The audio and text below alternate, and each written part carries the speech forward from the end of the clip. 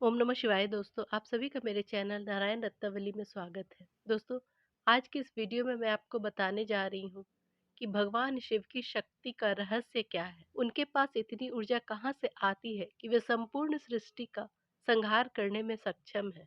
भगवान शिव परम कल्याणमय है। शिव अपने भक्तों पर कभी भी क्रोध नहीं करते, हमेशा मंगलमय और कृपालु ही रहते हैं। भगवान शिव को सर्व औषधियों का ज्ञाता होने के कारण वैद्यनाथ कहा जाता है।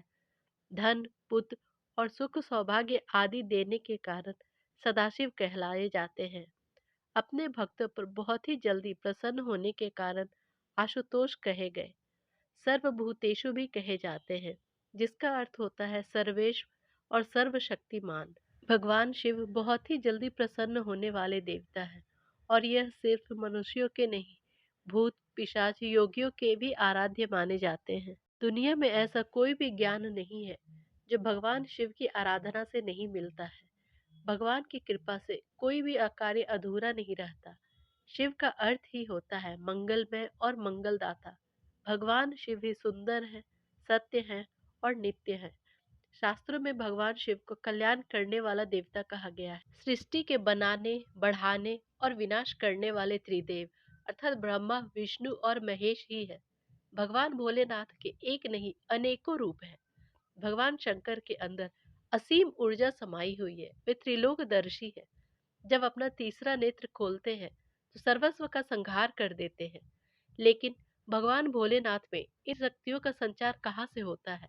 उनके अंदर इतनी असीम ऊर्जा कहाँ से आती है? उनकी शक्तियों का स्रोत क्या है? तो आइए दोस्तों जानते हैं भगवान भोलेनाथ की शक्तियों का रहस्य क्या है। वीडियो अच्छी लगे तो कृपया कर मेरे चैनल को लाइक, शेयर, सब्सक्राइब करें। पहला स्रोत है अर्धनारीश्वर रूप। शिव का अर्धनारीश्वर रूप उनके शक्ति रूप का प्रतीक है। वही एकमात्र देवता है जिनका आधा रूप पुरुष का और आधा स्त्री का है। इस रूप के मूल में सृष्टि की संरचना है। शक्ति के बिना सृष्टि संभव नहीं है। बिना नारी के किसी का जन्म नहीं हो सकता।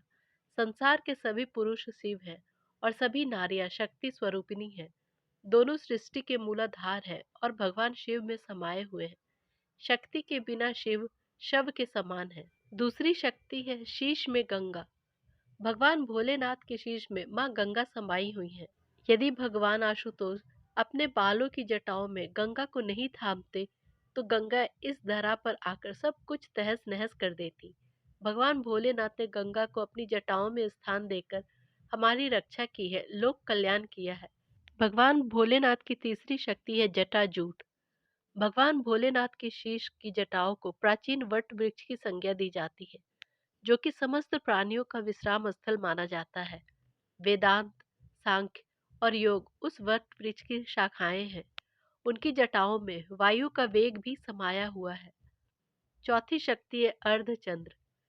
श्राप से ग्रस्त हुए चंद्रमा को भगवान शिव ने अपने शीश पर धारण किया। चंद्रमा को शीश पर धारण करके भगवान शिव हमें समय का महत्व समझाते हैं। चंद्रमा समय का प्रतीक माना जाता है। पांचवी शक्ति है त्रिनेत्र। भगवान भोलेनाथ त्रिनेत्री और त्र्यंबकम कहलाते हैं। भगवान भोलेनाथ की दाईं आंख से जहां सूर्य का तेज होता है, बाईं आंख से चंद्रमा की शीतलता। भगवान की ललाट पर उनका तीसरा नेत्र स्थित है, जो बहुत ही भयंकर है, जिसके खुलने पर संहार ही संहार होता है। इस नेत्र का प्रयोग दुष्टों के विनाश के लिए करते हैं।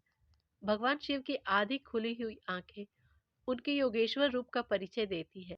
छठी शक्ति है पिनाक पानी। शिव पिनाक पानी कहलाते हैं। पिनाक एक ऐसा शक्तिशाली धनुष है जिसे शिव के अलावा वही अधिकार में ले सकता है जो स्वयं शिव का रूप हो। इस धनुष के दंड में अनंत शक्ति रहती है। आठवीं शक्ति है विभूति। भगवान भोलेनाथ अपने शरीर पर विभूति रमाते हैं। उन्हें शमशान की राख बहुत प्रिय है, इसी से वे अपना श्रृंगार करते हैं। जब भगवान अपना महाकाल रूप दिखलाते हैं तो उनके शरीर पर शमशान की ही विभूति रमी हुई रहती है। इस राख से वे स्वयं का श्रृंगार करते हैं और यह बतलाते हैं कि मृत्यु शाश्वत है, जीवन का एक सत्य है। एक दिन सभी को ही मृत्यु का ग्रास बनना है। नौवीं शक्ति है त्रिशूल। भगवान शिव के हाथ का त्रिशूल उनकी तीन मूलभूत शक्तियों इच्छा शक्ति, क्रिया शक्ति और ज्ञान का प्रतीक है। इसी त्रिशूल से वे प्राणी मात्र के दैहिक, दैविक और भौतिक तीनों गुणों के शूलों का शमन करते हैं। इसी त्रिशूल से वे सत्व, रज और तम तीन गुणों और उनके कार्य रूप स्थूल, सूक्ष्म और कारण नामक देह त्रय का विनाश करते हैं। 10वीं शक्ति है डमरू। शिव के हाथ में विद्यमान डमरू नाद ब्रह्म का प्रतीक है। जब यह डमरू बजता है तो आकाश, पाताल और पृथ्वी एक लय में बंध जाते हैं। यही नाद सृष्टि सृजन का मूल बिंदु है। 11वीं शक्ति है बाघ की खाल। भगवान भोलेनाथ ना तो मखमल के नरम मुलायम कपड़े धारण करते हैं और ना ही अन्य देवताओं की तरह चमकते हुए सुसज्जित वस्त्र। वे अपने शरीर पर बस बाघ की खाल धारण करते हैं। बाघ माता भगवती का वाहन है।